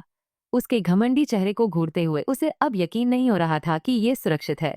पहले एडविन ने पूछा कि उसे कौन सा रंग पसंद है, फिर कंधे उचकाए और अपनी पसंदीदा सुनहरी छाया चुन ली। जैसे ही उस चीज ने उसके बालों को छुआ, बाल सुनहरे हो गए। एकदम से पूरी तरह से बदलाव आ गया। झाड़ू से तो दूर, वो ज्यादा लग रही थी जैसे किसी शैम्पू के विज्ञापन की लड़की। नतीजे पर मुस्कुराते हुए ड्यूक ने जल्दी से साफ किया कि ये असर कभी कम नहीं होगा। पता चला कि ये डाई परिवार का राज था। उसके बाल हमेशा ऐसे ही रहेंगे। एडविन ने तब तक कुछ नहीं बदला जब तक उसने फैसला नहीं किया। एंजेलिना हैरान रह गई। उसने कभी नहीं सुना था कि क्रॉफर्ड्स के खून में जादू होता है। इस दुनिया में कोई जादुई टावर नहीं है और जादूगर बहुत कम हैं। सब अकेले काम करते हैं। ऊपर से एडविन अपनी दुल्हन को परिवार की पुरानी विरासत देना चाहता था। इसे परिवार के मुखिया की मंजूरी के बिना इस्तेमाल नहीं किया जा सकता था। उसने एक काला केस निकाला, खोला और उसके अंदर कीमती रत्न जड़े कॉन्टैक्ट लेंस थे। ये लेंस हेरोइन की आंखों में डालते ही उसे एक नया अंदाज दिया, उसके रंगे हुए बालों के साथ। अचानक उसने सोचा, क्या वह इन गैजेट्स का इस्तेमाल करके भाग भी सकती है? उसकी सोच में डूबे चेहरे को देखकर हीरो ने समझाया कि वह इन्हें अकेले इस्तेमाल नहीं कर सकती। ऊपर से वह कभी भी इसे वापस बदल सकता था, जिससे उसकी असली आंख और बालों का रंग वापस आ जाएगा। औपचारिकताएं पूरी करके वह उसके साथ बाहर निकलने के लिए तैयार हो गया। बाद में गाड़ी में सफर करते हुए एंजेलिना ने पूछा कि वे आखिर कहाँ जा रहे हैं। जब उसने सुना कि यह ऐसा जगह है जो उसे पसंद आएगी, तो वह सच में उलझन में पड़ गई। जल्द ही वे अचानक एक मशहूर ज्वेलरी बुटीक पर रुक गए। ड्यूक को अभी भी याद था कि उसकी मंगेतर को मैचिंग ज्वेलरी चाहिए थी, इसलिए वह उसे यहाँ लेकर आया। सब कुछ ठीक होना चाहिए था, लेकिन एंजेलिना को याद आ गया कि ये दुकान उस उपन्यास की हीरोइन के परिवार की थी। एडविन उससे प्यार हो गया था और उसे उठा ले गया था। हालांकि हीरोइन जेवी जाति की थी, लेकिन पता नहीं अगर उनकी मुलाकात हो गई तो क्या होगा। जब वे अंदर गए, पर एक क्लर्क ने उनका स्वागत किया और हीरो को सिरिलियन कहा। एंजेलिना, जो हमेशा की तरह उसके बगल में चल रही थी, ने पूछा कि उसने ऐसा क्यों कहा। Said surname. एडविन मुस्कुराया और सोचा कि अगर वो खुलेआम आता तो स्टाफ कुछ बोल भी नहीं पाता, क्योंकि इस बार वो अपनी मंगेतर के साथ आया था। उसने अपनी पहचान छुपाने का फैसला किया ताकि वो बिना किसी दबाव के चारों ओर देख सके। हीरो की सच में उसकी परवाह करता देख उसे यकीन ही नहीं हुआ कि ऐसा संभव है। उन्हें जल्दी से एक टेबल पर बैठा दिया गया, जहां ज्वेलरी के कई केस रखे थे। ड्यूक चाहता था कि वो अपनी पसंद की चीज चुने, लेकिन एंजेलिना ने कहा कि वो जो भी वह चुने वही सही होगा। अचानक सारी चमचमाती ज्वेलरी के बीच उसकी नजरें एक अनोखे नारंगी रत्न वाले झुमकों पर टिक गईं। पता चला कि वो एक तेजस्वी हीरा था, जो सबसे दुर्लभ रंगीन रत्नों में से एक था। उसका रंग उसे मैरोल्ड्स की याद दिलाता था और वो अपनी नजरें उससे हटा नहीं सकी। एडविन ने झुमका झपटा, उसे अपनी मंगेतर के कान के पास रखा और तय किया कि ये उसके लिए एकदम सही था। वो इसे खरीद रहा था, दुआ कर रहा था कि उसे उसका तोहफा पसंद आए। वो थोड़ा शर्माई और मुस्कुराई, जैसे कोई दूसरा विकल्प ही न हो। ड्यूक ने उसे फिर से अपनी बाहों में उठा लिया, पूरा मन बनाकर कि उसे सब कुछ खरीद कर देगा। जरूरत पड़ सकती थी। फिर वो लोग शहर की गलियों में टहलने निकल पड़े। ज्यादा देर नहीं हुई थी कि एंजेलिना टूट गई। हर तरफ से लोग घूर रहे थे। वो बस यही दुआ कर रही थी कि वो उसे चलने दे। ड्यूक को कोई दिक्कत नजर नहीं आई। वो उसकी पकड़ में सुरक्षित था, लेकिन एंजेलिना अपनी जमीन पर खुद चलना चाहती थी। आखिरकार एडविन मान गया और धीरे से उसे नीचे उतारा, लेकिन जब वो दूर चली तो उसे थोड़ी बेचैनी हुई, इसलिए उन्हें हमेशा हाथ में हाथ डालकर चलना पड़ा। थोड़ी देर बाद वे खुद को शहर के मुख्य चौक पर पाए। एंजेलिना चौंक गई थी। उस जगह की खूबसूरती देखते ही बनती थी। एक बड़ा फव्वारा और बीच में एक परी की मूर्ति लगी थी। पता चला कि वो मूर्ति क्रॉफर्ड परिवार के पहले मुखिया ने बनवाई थी। हीरोइन को पता था कि लोग जावेली से नफरत करते थे, लेकिन उसे समझ नहीं आया कि सम्राट ने उन्हें परी की उस मूर्ति को रखने की इजाजत क्यों दी। अचानक एडविन गंभीर हो गया और कसकर वादा किया कि कोई भी क्रॉफर्ड की जमीनों को छूने की हिम्मत नहीं करेगा। तभी अचानक एक नौकर आया और उसने मालिक को कुछ जरूरी देने के लिए कहा। एंजेलिना की हैरानी तब और बढ़ गई जब ड्यूक खुद सामने आए। थोड़ी देर के लिए दूर चला गया और उसे अकेला छोड़ दिया। उसने उम्मीद भरी नजरों से उसका आस्तीन पकड़ लिया, लेकिन हीरो को नौकर की बात सुननी थी।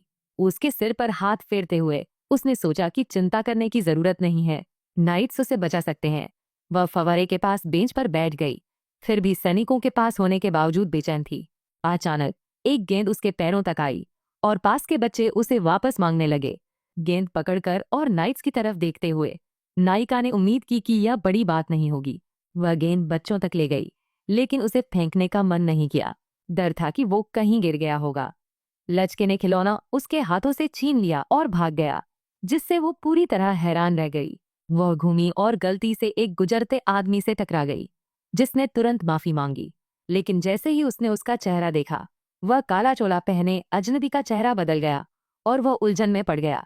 आदमी समझ नहीं पा रहा था कि वो इस शख्स को देखकर ऐसा क्यों प्रतिक्रिया दे रहा है। पीछे हटते हुए एंजेलिना को कुछ ऐसा लगा जैसे वह उसे पहचानता हो या उसने समझ लिया हो कि वह जानना चाहती है कि वह कौन है और उसका मकसद क्या है उसके अपने प्यार से। आदमी पूरी तरह हैरान लग रहा था, जिससे हीरोइन और भी ज्यादा उलझन में पड़ गई और ड्यूक को गुस्सा आ गया। कुछ मिनट बाद एडविन ने अपनी मंगेतर को कॉटन कैंडी खरीदी और उसे बेंच पर बिठा दिया। छड़ी पर लगे मीठे बादल का एक टुकड़ा खाते ही एंजेलिना को काफी सुकून महसूस हुआ। उसने सोचना शुरू किया कि क्या हीरो को वो अजीब चोला ओढ़ा हुआ आदमी पता था। जब उसने कहा कि वो आदमी उसे कुछ याद आता है, तो ड्यूक जानना चाहता था कि क्या वे पहले मिले हैं, लेकिन उसे कुछ याद नहीं आ रहा था, इसलिए पक्का नहीं कह सकी। एडविन ने बारल की तरफ मुड़कर देखा। उम्मीद कर रहे थे कि उन्होंने उस लड़के को मार दिया होगा, लेकिन अफसोस कि वह भाग निकला था।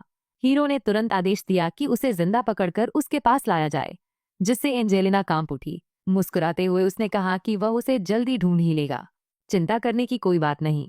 उस रात राजकुमार को खबर मिली कि ड्यूक क्रॉफर्ड अपनी मंगेतर के साथ खुद बाहर निकले हैं।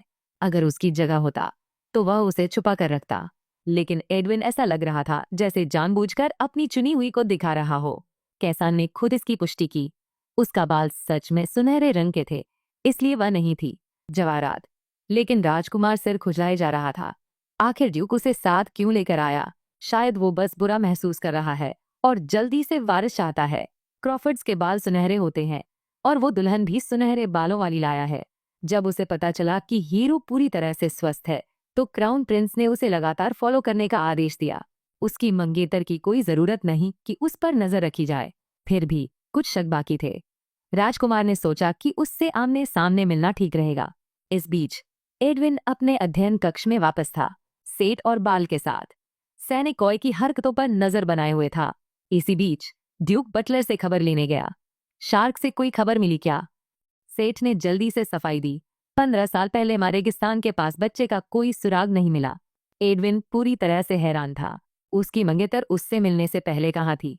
दूसरी तरफ अगर ऑल्स को कुछ पता नहीं है, तो कॉय फिलहाल कोई बड़ी दिक्कत नहीं है। अगले दिन ड्यूक ने खुद अंग्लेश की गर्दन में काला ओपल का हार पहनाया। गहने पहनना, हाथों में रखना हमेशा प्रैक्टिकल नहीं होता, इसलिए उसने उन्हें एक पेंडेंट में बदल दिया।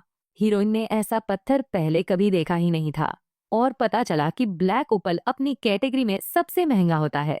ऊपर से उसने जो नेकलेस पहले खरीदी थी वो बहुत भारी था और ये वाला हल्का था। इसमें तो ट्रेनिंग भी कर सकते थे। तभी एंजेलिना को एहसास हुआ कि वो धीरे धीरे उसे आगे बढ़ने के लिए प्रोत्साहित कर रहा था। और हाँ, ये बात उसे भी मायने रखती थी, तो उसने ठाना कि वो पूरी मेहनत लगाएगी। एडविन भी उसे वे रिंग्स देना चाहता था जो अब वे दोनों साथ पहनेंगे, और हीरोइन चौंक गई कि वे पहले ही तैयार थे। ड्यूक ने ज्वेलर्स को जल्दी करने के लिए कहा था। ये सुनकर उसे पता चल गया कि शायद उसने उन्हें धमकी दी होगी। अंगूठी का डिब्बा उठाते ही हीरो देखना चाहता था कि उन्होंने क्या बनाया है। अंदर कस्टम मेड ज्वेलरी थी। साफ था कि किसी ने बहुत मेहनत की थी। एडविन उम्मीद करता था कि ये उसकी दुल्हन का दिल जीत लेंगे, खासकर क्योंकि ये मैचिंग थी। भले ही थोड़ा देर से वह ये साफ करना चाहता था कि वह सगाई के लिए पूरी तरह प्रतिबद्ध है। जैसे ही अंगूठियां पहनी गईं, वह तैयार था आगे बढ़ने के लिए। सबको पता था कि अब वो उसकी हो गई थी। एंजेलिना अपनी उंगली पर उस अंगूठी का वजन महसूस कर सकती थी। शायद अब ये वापसी का रास्ता नहीं था। वो ड्यूक से कभी भी बच नहीं पाई थी, इसलिए भागने के बजाय उसने लड़ने का फैसला किया। उसे सिर्फ एडविन से ही नहीं, बल्कि शाही परिवार से भी बचना था। अब दिल से मुस्कुराते हुए वो खुश थी कि आखिरकार सबको उसके हीरो से सगाई के बारे में पता चल जाएगा। ड्यूक हैरानी से ठिठक गया। फिर उसने एक गंभीर नजर से उसे घूरा, जिससे एंजेलिना घबराई। फिर अचानक उसने उसे गले लगा लिया। यह समझ नहीं पा रहा था कि अब खुद के साथ क्या करे, क्योंकि वह इतनी खूबसूरती से मुस्कुरा रही थी। यह पहली बार था जब उसे ऐसी खुशी महसूस हुई थी। ऐसा लग रहा था जैसे उसका दिल फट जाएगा, लेकिन साथ ही यह बेहद रोमांचक भी था। वहीं एंजेलिना हैरानी में चुप थी। उसे समझ ही नहीं आ रहा था कि क्या हो रहा है। बाद में एडविन ने बताया कि वह कल जा रहा होगा। इंपीरियल परिवार ने बहुत ध्यान खींचा था और टॉम राइडर्स पहले ही आ रहे थे। इसके अलावा वह चाहता था, उससे कहा कि वो अपनी कमरे में ही रहे और कल रात बाहर न निकले। एंजेलिना उसके शब्द सुनकर चौंक गई। आखिर बात इतनी बड़ी क्या थी? पता चला कि वो खून चंद्र की रात थी, जब असली राक्षस बाहर निकलते हैं, जैसे वादा किया गया था। अगली रात उसने खिड़की से देखा। आसमान में एक बड़ा खून जैसा लाल चंद्रमा टंगा हुआ था। उसे याद आया कि कुछ वक्त पहले ऐसी अफवाहें फैलने लगी थी कि राक्षसों का जुड़ाव जेविल से है। अगले सालों में उनके जाति पर शक पूरे साम्राज्य में फैल गया और नफरत बस बढ़ती ही गई। एंजेलिना समझ नहीं पाई कि हीरो को इस खास रात के लिए अचानक गायब क्यों होना पड़ा। वो खिड़की से चिपकी हुई सोच रही थी कि चाहे कुछ भी हो, आज उनकी मुलाकात नहीं होने वाली। तभी उसे एहसास हुआ कि उसके बिना उसका दिल कितना खाली और अकेला महसूस कर रहा है। ये सोचकर कि वो पहले उसे देखकर नफरत करती थी, पर अब दूर होने का गम उसे परेशान कर रहा है। एंजेलिना पूरी तरह उलझन में पड़ गई। इसी वक्त उसका हाथ गलती से उसके गले में लटके हुए काले उपल वाले हार से टकरा गया। ये पत्थर भी ड्यूक का तोहफा था और उसमें कुछ खास था। इसमें एक अजीब रहस्यमय आकर्षण था। हीरोइन ने तय किया कि उसे अपनी शक्तियां जितनी जल्दी हो सके सक्रिय करनी होंगी। अचानक हर तरफ से एक जोरदार धमाका हुआ, जिससे वह चौंक कर घूम गई। अपनी सहज बुद्धि से काम लेते हुए वह बिस्तर पर कूद पड़ी और चादरों के नीचे छुप गई। उसके सीने में ऐसा जलन हुई जैसे कोई लाल गरम छुरा उसमें गड़ा हो। उसे याद आया कि उन्होंने एक रक्त पहाड़ा बनाया था ताकि अब वे महसूस कर सके अगर किसी को कोई खतरा हो। यह सोचकर कि एडविन के साथ कुछ हुआ है, वह जल्दी से कुछ रत्न पकड़ने लगी और उन्हें एक बैग में भर लिया। उसे अपनी छाती से कसकर पकड़ते हुए और दिल में जलन जैसी पीड़ा को अनदेखा करते हुए वह दरवाजे की ओर भागी। जैसे ही वह बाहर निकली, वह सीधे सेठ से टकरा गई, जो उसे सुरक्षित रखने के लिए रास्ता रोक रहा था। एंजेलिन ने समझाने की कोशिश की कि ड्यूक मुश्किल में है, लेकिन बटलर ने कहा कि वे सिर्फ महल की सुरक्षा जांच रहे हैं। वह दर्द सहन न कर सकी और चिल्लाने लगी, यह मानते हुए कि एडविन खतरे में है। उसने फैसला किया कि यह स्पष्ट कर दे कि ऐसा महसूस होने की वजह खून का वादा है। सेठ के पास कोई जवाब नहीं था। उसने सोचा बेहतर होगा कि चुप रहूं और सुनूं। स्टुअर्ट ने दोबारा चेक किया कि वो उसके लॉर्डशिप के पास ले जा सकती है और उसका पीछा किया। आंगन में घुसते ही हीरोइन को अचानक एहसास हुआ कि एडविन उसी टॉवर में है जहां उसे जाने से मना किया गया था। बाल उसके सामने आ गया, पूरी तरह से हैरान कि वो अचानक कहां से आ गई। जब उसने सुना कि उसे ड्यूक से तुरंत मिलना है, तो बाल ठिठक गया, चौंक गया, कुछ कह नहीं पाया। सेठ जल्दी आ गया और सोचने लगा, अरे जरूरी बात है तो जाने दो। समझ गया कि कोई और रास्ता नहीं है और उसे अपने मालिक का डरावना राज खोलना पड़ेगा। सैनिक ने उसकी बात मान ली और उसे टावर के ऊपर ले जाने के लिए तैयार हो गया। पता चला कि अंदर जाने का रास्ता दीवार के बीचों बीच छुपा हुआ था। चढ़ते हुए अजीब आवाजें सुनकर हीरोइन घबरा गई। शायद कोई दानव वहां छुपा हुआ था। अभी भी सोच में डूबी हुई वे टावर की छत तक पहुंच गए। एक छोटा खाली कमरा था जिसमें कुछ मशालें जल रही थी। दूसरी तरफ एंजेलिना ने एक आदमी को दीवार से जकड़े हुए और खून बहता हुआ देखा। डर के मारे ठिठक गई। उसे पता नहीं था एडविन कहाँ था या ये जगह आखिर क्यों मौजूद थी। जंजीरों में बंधा वो आदमी अचानक चिल्लाया, अपनी जंजीरों से लड़ता हुआ, जिससे उसकी डर और बढ़ गई।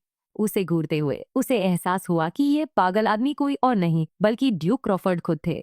वह इसे समझ नहीं पा रही थी, लेकिन सेठ ने जल्दी से समझाया, ये एक श्राप है। क्रॉफर्ड खून में कच्ची ताकत है, लेकिन उसके साथ पागलपन भी होता है। हर खून चांद की रात, हालत और बिगड़ जाती है। हम कुछ नहीं कर सकते। एंजेलिना वहीं ठिठक गई, चकित होकर हीरो को घूरती रही। दिमाग ही खो बैठी। पता ही नहीं था कैसे उसकी मदद करे। उसने गलती से जूल्स का शरीर संभाला था और सच कहूं तो कीमती पत्थरों को कैसे संभालना है कुछ समझ नहीं आ रहा था। जब होश आया तो उसे एहसास हुआ कि एडविन अभी नहीं मर सकता, वरना उसे हमेशा के लिए भागना पड़ेगा। ऊपर से उसकी बेताबी भरी चीख मदद की विनती कर रही थी। उसका वादा याद आया कि वो उसकी रक्षा करेगा, तो एंजेलिना का डर गायब हो गया। एकदम से विश्वास से भर गई। एडविन हमेशा उसका साथ देता आया है, अब वो बस छोड़कर नहीं जा सकती। वो जूल नहीं है, लेकिन जो भी ये शरीर पहनता है उसे ये ताकत इस्तेमाल करना सीखनी होती है। यही सोचते हुए और एडविन की मदद करनी थी, उसने जड़ों का थैला पकड़कर उसकी तरफ दौड़ी। पत्थर थैले से छिटक गए, चारों तरफ बिखर गए। ताकत तुरंत एंजेलिना के आसपास लिपट गई। ऐसा लगा जैसे वो गार्डन पेड़ को छू रही हो, लेकिन उससे भी ज्यादा ताकतवर, जैसे ये उसकी दूसरी फितरत हो। कुछ जैविक, जैसे वो बिल्कुल वही है जिसकी एडविन को जरूरत है। ड्यूक ने गुर्राना शुरू कर दिया। नौकर चाकर पूरी तरह घबराए हुए अपनी मालकिन के लिए वो पास आई और अचानक एडविन एक जंगली जानवर की तरह झपटा। दरिंदा। वह एक पल में हकीकत में आ गया, सीधे अपनी दुल्हन की तरफ देखने लगा। एंजेलिना ने उसके गाल को सहलाया और वादा किया कि वह उसकी मदद करेगी। इसमें कोई शक नहीं था।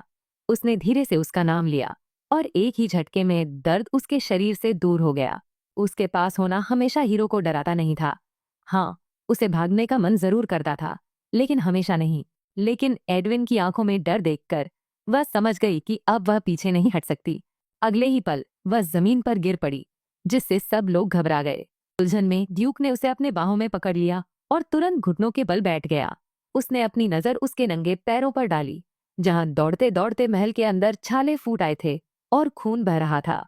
एडविन ने फिर से महसूस किया कि उसकी दुल्हन कमजोर थी, दर्द सहन नहीं कर पाती। सेठ और बाल हैरान थे, उम्मीद कर रहे थे कि मास्टर ठीक होगा। सच तो यह था कि हीरो पहले से कहीं बेहतर महसूस कर रहा था। क्रॉफर्ड परिवार ऐसा ही होता है। उनकी नसों में जीवन दौड़ता है, खून उबलता है। जूल्स ब्लैक ओपल के साथ भी जिंदगी आसान नहीं होती। यह बस लक्षणों को थोड़ा कम करता है, लेकिन शारीरिक दर्द, मार डालने की इच्छा कभी पूरी तरह खत्म नहीं हुई। बाद में सोती हुई हीरोइन को घूरते हुए एडविन ने उसे डरपोक कहा। उसने उसके बालों की एक लट पकड़ी, उसे चूमा और कामना की कि वह जल्दी उठ जाए। अगली सुबह वह अचानक बिस्तर से उठ गई, याद करते हुए कि उसने ड्यूक का साया अपने नींद में देखा था। एडविन ने उसे वापस कंबल के नीचे धकेल दिया। हैरान था कि वह उठते ही इतनी जल्दी क्यों भाग रही थी। एंजेलिना ने तुरंत उसका सिर पकड़ लिया, उम्मीद करते हुए कि उसे कहीं चोट नहीं आई और वह ठीक है। हीरो ने मुस्कुराते हुए जवाब दिया। जानना चाहता था कि क्या वो सच में उसकी इतनी परवाह करती थी। उसे समझ नहीं आया कि इसमें इतना चौंकाने वाला क्या था। वो तो बुरी हालत में दिख रहा था। उसे कसकर पकड़ते हुए ड्यूक ने फैसला किया कि अब सब ठीक है और वो खुद को बहुत अच्छा महसूस कर रहा था। साथ ही उसे आखिरकार समझ आया कि किसी के लिए कोई परवाह करना क्या होता है। खुद भी ऐसा बनने का मन बनाते हुए उसने अपनी दुल्हन के पैर के बारे में पूछा। पता चला कि उसने चोट लगना तक भूल ही गई थी। उसे समझ नहीं आया कि वो अपनी इतनी खराब देखभाल क्यों नहीं करती। उसके हाथों में अभी भी खुशबू थी, दवा। और जब उसे एहसास हुआ कि उसने खुद ही उसके पैर का इलाज किया था, तो वो और भी ज्यादा उलझन में पड़ गई। लेकिन एडविन किसी और को अपनी दुल्हन को छूने नहीं देना चाहता था। उसे याद आया कि वो एक मानसिक रूप से परेशान किलर था। तो एंजेलिना सोचने लगी कि क्या सच में मौत के करीब लोग बदल जाते हैं। उसी समय हीरो ने उसकी तबीयत देखी, क्योंकि उसे याद था कि वो कल बेहोश हो गई थी। उसे लगा कि वो बिल्कुल ठीक है, जब तक उसने देखा कि उसके बालों का रंग बदल गया है। पता चला कि ड्यूक ने उसका रंग बदल दिया था, सोचकर कि ये बेहतर लगेगा अगर हम इस असर को खत्म कर दें पूरी तरह से। वो जुली जैसी दिखेगी और भाग भी नहीं सकेगी। लेकिन हीरोइन तो वैसे भी भागने वाली नहीं थी। वो खतरे में था। जब उसने सुना कि अगर वो मर गया तो उसके बालों का रंग वापस सामान्य हो जाएगा, उसने समझ लिया कि अगर उसने उसकी मदद नहीं की तो उसकी बर्बादी तय है। फिर भी ड्यूक नहीं चाहता था कि उसकी दुल्हन उसे ऐसे देखे। एंजेलिना सच में उम्मीद कर रही थी कि वो बताएगा कल उसे इतना दर्द क्यों था। हीरो को याद आया कि बहुत पहले अलग अलग जातियां साथ साथ रहती थीं। सबसे कमजोरों की रक्षा के लिए भगवान ने इंसानों को अलग कर दिया था। बाकी सबको संपर्क करने से मना कर दिया गया था। लेकिन एक ड्रैगन ने इस आदेश को टाल दिया। मानव दुनिया में घुस आया और एक इंसान महिला से प्यार हो गया। गुस्से में भगवान ने उनके बच्चों और सभी वंशों को ड्रैगन का खून, हमेशा की पागलपन और छोटी उम्र का श्राप दिया। ड्रैगन ने इलाज के लिए अपनी जान देने की पेशकश की। कुछ बातचीत के बाद भगवान ने जूली जाति को उनके वंशों के पास भेजा ताकि श्राप को कम किया जा सके। इसी तरह ये सहजीवन शुरू हुआ। जूली क्रॉफर्ड्स की मदद करते हैं, क्रॉफर्ड्स उन्हें सुरक्षा देते हैं। इसलिए हर परिवार का मुखिया कम से कम एक बार एम्ब्रियन जाना पड़ता है, कसम को नवीनीकृत करने और लेने के लिए। एक ओपल एडविन को अपने आखिरी ड्यूक से मिला था, लेकिन अब वो आधा टूट चुका था। पता चला उसने अपने पिता को मरते देख के टूट गया था। अच्छी बात यह थी कि उस हालत में भी उसका असर खत्म नहीं हुआ था। हीरो उम्मीद कर रहा था कि वो थोड़ा और टिक पाए। ये अजीब था क्योंकि एडविन तो ठीक था जब तक एयर प्रिंस ने उसे मार नहीं डाला। लेकिन अगर ओपल हमेशा मदद कर रहा था तो आखिर क्या बदला? एंजेलिना को याद आया कि किसी ने भी उसे सब कुछ चांदी की थाली में परोसा नहीं था उस कहानी में। उसे लगा शायद ये उसकी ही गलती थी। याद करते हुए भविष्यवाणी थी कि जेवी लाल चांद लेकर आएगी और महाद्वीप को जलाकर राख कर देगी। लेकिन अचानक उसने ड्यूक को धन्यवाद देते सुना। उसने सोचा कि अगर वह वहां नहीं होती तो कल रात उसकी तो मौत तय थी। शुक्रिया कहना तो कुछ भी नहीं था, पर वह बहुत हैरान दिखी, जो उसे खटक गया। वह बस इस बात से चौंकी थी कि एडविन क्राउनफोर्ड उसे धन्यवाद दे रहा था और शायद इसे सुनकर उसे भी तकलीफ हुई थी। वह मदद के लिए वहीं रुकी। उसने ठाना कि नायक अब और दर्द सहने वाला नहीं है। जैसे ही उसने ये कहा तभी ड्यूक ने उसे जोर से अपनी बाहों में खींच लिया। अचानक उसे लगा क्या एंजेलिना सच में कुछ नहीं भूली थी। जब उसने सुना कि उसका मतलब वो पत्थर थे जिनका इस्तेमाल उसने सीखा था, तो हीरोइन को अचानक समझ आ गया। अपना होमवर्क पूरा करने के बाद अब वो उसे कोई भी इच्छा पूरी कर सकती थी, सिवाय भागने या तलाक लेने के। उसकी आंखों में देखते हुए वह एक वादा चाहती थी कि वह मरेंगे नहीं। एडविन हैरान रह गया। हाँ, वह उसे बचाने में व्यस्त था, लेकिन जाहिरा तौर पर बात कौओं की नहीं थी। उसका मतलब खुद ड्यूक था। यह बात उसे और भी ज्यादा उलझन में डाल गई। वह जानती थी, दिल ही दिल में उसे उसके लोगों को मारने वाले शौक से डर लगता था, लेकिन उसने अपनी बात नरम तरीके से कही। उसे याद था उसने कहा था कि वो उसे अपनी आने वाली पत्नी की तरह ट्रीट करेगा। अगर वो गलती करेगी तो वो खतरे में पड़ सकता है, इसलिए उसे अपनी सुरक्षा का ध्यान रखना होगा। अब दोनों एक ही किस्मत से बंधे थे, और अगर उसे लंबी खुशहाल जिंदगी चाहिए थी तो उसे ये वादा करना ही होगा। नायक उसकी किस्मत की बात सुनकर प्रभावित हुआ, और जब उसने ये कसम ली तो एंजेलिना खुशी से पागल हो गई। लेकिन फिर भी उसे एक कॉन्ट्रैक्ट चाहिए था, और एडविन उलझन में पड़ गया। क्या उसकी आने वाली पत्नी उस पर इतना भरोसा क्यों नहीं करती थी? वह उस पर भरोसा नहीं कर पा रही थी, जो किसी भी गलती पर तलवार निकाल लेता था। तो ड्यूक ने पूछा कि क्या कभी उसने कोई वादा तोड़ा था। उसकी हैरानी की बात यह थी कि जवाब कभी नहीं था, लेकिन उसे शांत करने के लिए उसने कॉन्ट्रैक्ट पर साइन कर दिया। उसी रात ड्यूक पाइटन को फेरोना से रिपोर्ट मिली। वारिस ने लेडी शिनी को चाय के लिए बुलाया था, यह जानते हुए कि राजकुमार संभावित ससुराल वालों की खबर ले रहा था। उनके लिए ये सब बहुत थका देने वाला था। शायद ये उस भविष्यवक्ता की बात थी। उसके लिए एक रत्न विशेषज्ञ ढूंढने की बात चल रही थी। इसी वजह से दो महिलाएं क्राउन प्रिंसेस की भूमिका के लिए आगे आईं, लेडी शियोवनी और एवलिन पेटन। उनके परिवार ज्वेलरी के बड़े बड़े साम्राज्यों को चलाते थे, जो दक्षिणी और पूर्वी क्षेत्रों का प्रतिनिधित्व करते थे। कभी प्रतिस्पर्धा करते तो कभी साथ मिलकर काम करते। ड्यूक अपनी बेटी को शाही परिवार में नहीं देखना चाहता था। वह चाहता था कि वो बिजनेस संभाले, लेकिन ये कैसे होगा बिना वारिस को नाराज किए। तभी एक और नौकर दौड़ता हुआ आया, हाथ में एक भयानक खबर लेकर। लेडी पेटन बहुत बीमार महसूस कर रही थी और तुरंत डॉक्टर चाहिए था। थोड़ा बाद डॉक्टर ने लड़की की जांच की और लगा कि शायद बुखार हो गया है। ड्यूक हैरान था। उसकी बेटी को कभी सर्दी खांसी तक नहीं हुई थी, लेकिन डॉक्टर फिर भी ठीक से पता नहीं लगा पाया कि दिक्कत क्या है। खैर, बुखार आम बात थी, तो कोई बड़ी बात नहीं। बाद में उसने सुना कि उसकी हालत ठीक हो रही है और तुरंत उसकी कमरे की तरफ भागा। एवेलिन फिर से ठीक थी और अपने घबराए हुए पापा का मुस्कुराकर स्वागत किया।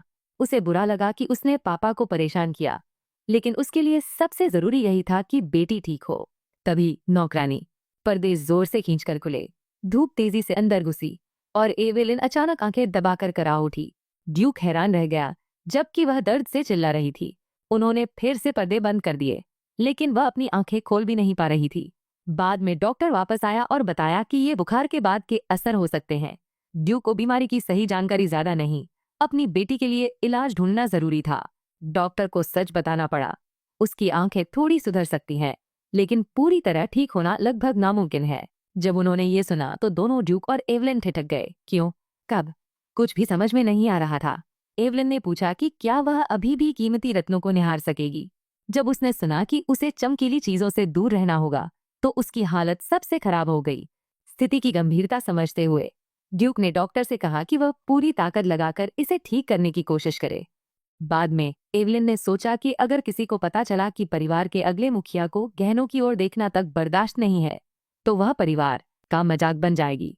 उसके पिता ने तर्क दिया कि वह परफेक्शनिस्ट बनने की जरूरत नहीं थी और आसपास कुछ भरोसेमंद लोग थे जो सब संभाल लेंगे। ऊपर से उसने कई दिन से कुछ खाया भी नहीं था, तो ड्यूक चाहता था कि वो कुछ खाए, वरना वो हड्डियों का ढांचा बन जाएगी। थोड़ा बाद उसने सीधे अपने पापा से पूछा कि क्या ओरेकल की भविष्यवाणी सच होने वाली है। उसी रात ड्यूक ने फोन से 2 बार पक्का कर लिया कि उसे याद है कि एवलिन के पास कौन सा ओरेकल था। पुरानी भविष्यवाणी के मुताबिक अगर वे मैनोसॉरस के असली मालिक को नहीं ढूंढ पाए तो सब खत्म हो जाएगा। तभी अचानक डॉक्टर बिना बताए आ गया और ड्यूक ने उसे अंदर आने का इशारा किया। डॉक्टर का मिजाज थोड़ा गंभीर था और उसने अचानक फैसला किया कि सही कारण पता लगाने के लिए पूरी जांच करनी पड़ेगी। ड्यूक हैरान था। ये तो बस सामान्य फ्लू जैसा कुछ था ना? डॉक्टर ने जल्दी से साफ किया कि बुखार और सिरदर्द तो आम लक्षण है, लेकिन दूसरी बार चेक करते हुए उसने उसकी त्वचा पर हरे धब्बे देखे जो उसने पहले कभी नहीं देखे थे। ड्यूक ने उम्मीद जताई कि जैसे ही उन्हें पता चलेगा कि क्या हो रहा है, वे जल्दी से इसका इलाज कर पाएंगे। डॉक्टर ने माना कि वह कुछ भी वादा नहीं कर सकता। ड्यूक ने हारा हुआ सांस लिया और उसे बाहर निकलने को कहा। कुछ ही मिनटों बाद एक नौकर तेजी से अंदर आया और जरूरी खबर दी। जैसे ही उनकी ग्रेस ने सुना कि एली खान अब गिर गया है, वे लगभग हार्ट अटैक से बच गए। बाद में एडविन को इंपीरियल परिवार के बॉल का निमंत्रण मिला और उसने उसे जला दिया। सेठ जानता था कि उनका कोई बड़ा ऐलान आने वाला है। हर परिवार के मुखिया को वहां होना था, लेकिन हीरो ने उसे नजरअंदाज कर दिया। जैसे ही बटलर जलाने लगा, निमंत्रण पाकर उसे याद आया कि लेडी एड को बुखार के बाद की जटिलताओं की वजह से नजर की दिक्कत हो रही थी। जब एडविन को पता चला कि धनसाव ड्यूक एड की एलिया खान में हुआ था, तो उसने इसे शक की नजर से देखा। हो सकता है ये सिर्फ एक संयोग हो, लेकिन किसी ने अपनी चाल चलनी शुरू कर दी है। सेठ और ज्यादा जानना चाहता था, लेकिन हीरो को लगा कि इसमें ज्यादा समय बर्बाद करने की जरूरत नहीं है। उसे पहले से ही पता था कि इसके पीछे कौन है। वो शख्स सम्राट परिवार के करीब जाना चाहता है और साथ ही किसी ताकतवर को नीचे गिराने की साजिश रच रहा है। शाही खून का नाता। अपना मेल चेक करते हुए ड्यूक ने देखा कि उसे गार्डन फेयर का निमंत्रण आया था। उसने इसे नजरअंदाज कर दिया। बार बार उसे वहां क्यों बुलाते रहते हैं। बटलर भी इसे आग में डालने ही वाला था, लेकिन एडविन ने अचानक उसका खत हाथ से छीन लिया। एक पल सोचने के बाद उसे एक जबरदस्त आइडिया सूझा। इसी बीच हीरोइन पत्थरों की जांच कर रही थी, काले ओपल की अजीब खासियतों से हैरान। आमतौर पर रत्न सक्रिय हो जाने के बाद ऊर्जा सोखना बंद कर देते हैं, लेकिन ओपल तो लगातार ऊर्जा ले रहा था। जाने लगी। उस पर एक निशान था जो बाकी पत्थरों में सक्रिय होने के बाद नहीं था। कुछ रत्नों को तो पहचानना भी मुश्किल था, और एंजेलिन को लगा कि शायद उसकी किस्मत खराब है। वह अपनी सीट से अचानक उठी और चिल्लाई, यह सोचते हुए कि शायद उसके पास सभी ताकतें नहीं है, पर वे बिल्कुल भी कम नहीं है। उसी वक्त ड्यूक झुका, जानना चाहता था कि उसकी दुल्हन इतनी क्यों बेकाबू हो गई है। वह चिल्लाई जैसे पहले करती थी। जब वह अचानक कहीं से प्रकट हो जाता था, डर के मारे चौंक जाती थी। हीरो को समझ ही नहीं आया कि वह किस बात से डर रही थी। उसने तो पहले ही वादा कर दिया था कि उसे कभी नुकसान नहीं पहुंचाएगा, लेकिन असल में वह बस ये चाहती थी कि अगली बार अंदर आने से पहले वो दरवाजा खटखटाए। लगता है ये थोड़ी घबराई हुई है, उसने सोचा और दरवाजा खोलने से पहले जोर से बोल दिया। फिर उसने देखा कि एंजेलिन लगभग वे रत्न देख चुकी थी जो उसने लाए थे। एंजेलिन उम्मीद करती थी कि सारे रत्न उसके पास ही रहेंगे, लेकिन ड्यूक ने अचानक कहा कि वह कुछ ले सकता है। पर समस्या ये थी कि वह एक साथ सारे रत्न संभाल नहीं सकती थी, चाहे कुछ भी हो। कुछ ही सेकंड्स बाद में उसने अपनी पसंद बना ली। फिर एडविन ने बाकी सब ले लिया। उस वक्त हीरोइन ने सोचा कि उसे सबसे महंगे फूल ही पकड़ लेने चाहिए थे। ज्यादा सोचने की जरूरत नहीं थी। हीरो ने अचानक पूछा कि क्या उसे फूल पसंद है। उसने हाँ कहा, तो उसने रूबर्न गार्डन फेयर का एक निमंत्रण निकाला। उसके शब्द सुनकर और निमंत्रण देखकर एंजेलिन के पूरे शरीर में एक झटका सा लग गया। गार्डन फेयर वो जगह थी जहां सभी कहानियों के किरदारों की तकदीरें टकराती थीं। वो भोली बनने लगी और ड्यूक को समझाना पड़ा, ये कोई फूलों का त्योहार था। एडविन सच में उम्मीद कर रहा था कि उसकी मंगेतर मेले में उसके साथ चलने के लिए राजी हो जाएगी। नायिका राजधानी जाने से डर रही थी, जहां शाही परिवार रहता था, लेकिन ये मौका सोने पे सुहागा था उस सफिरो तलवार को पाने का। अगर वो ड्यूक के साथ एक सामान्य जिंदगी चाहती थी, तो उसे इस मेले में जाना ही था। एडविन ने देखा कि वो खोई हुई सी है।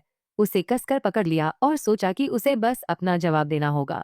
कुछ देर बाद उसने धीरे से कहा कि वो उसके साथ जाना चाहती है। उसे भरोसा नहीं हो रहा था कि कोई जो शाही परिवार से नफरत करता हो, परिवार उसकी राय को पहले रख रहा था। ऐसे पल में एंजेलिना बस खुदगर्ज बनना चाहती थी, लेकिन फिर भी वह उसे छोड़ नहीं सकती थी।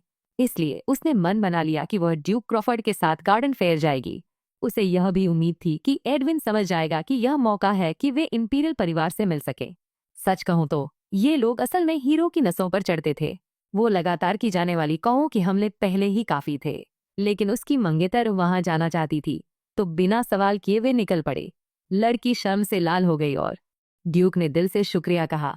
हीरो ने उसे एक सोच भरी मुस्कान दी, सोचते हुए कि बस इतना ही था क्या। वो समझ नहीं पा रही थी कि आसमान से सिर्फ खाली हाथ गिरा कोई लड़का क्या दे सकता है। इसलिए उसने बेहतर समझने के लिए पूछा कि उसका मतलब क्या था। उसी शरारती मुस्कुराहट के साथ एडविन ने आंख मारी और अपनी उंगली अपने गाल पर फेरते हुए कहा।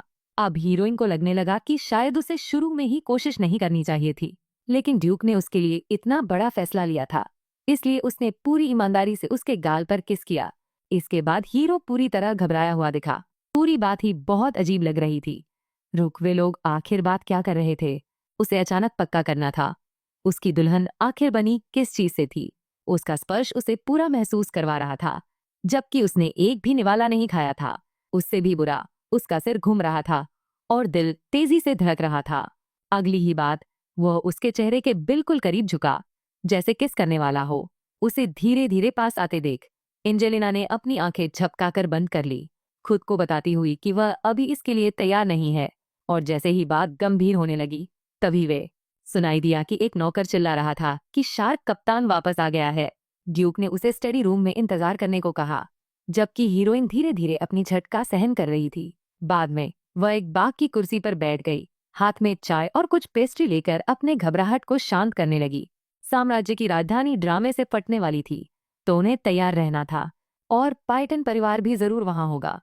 एवेलिन बुखार की शिकायत से जूझ रही है, लेकिन ये कोई आम बीमारी नहीं है, कुछ कहीं ज्यादा खतरनाक हो रहा है।